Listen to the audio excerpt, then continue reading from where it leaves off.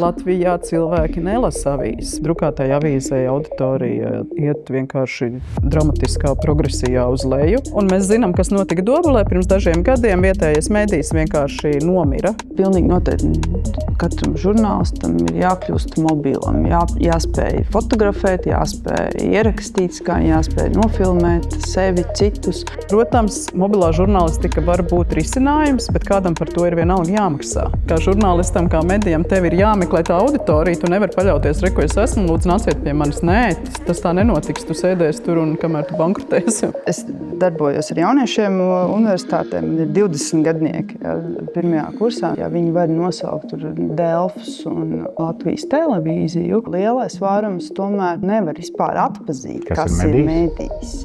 Mums vajadzētu noslēgt uz kaut kādas pozitīvākas notis.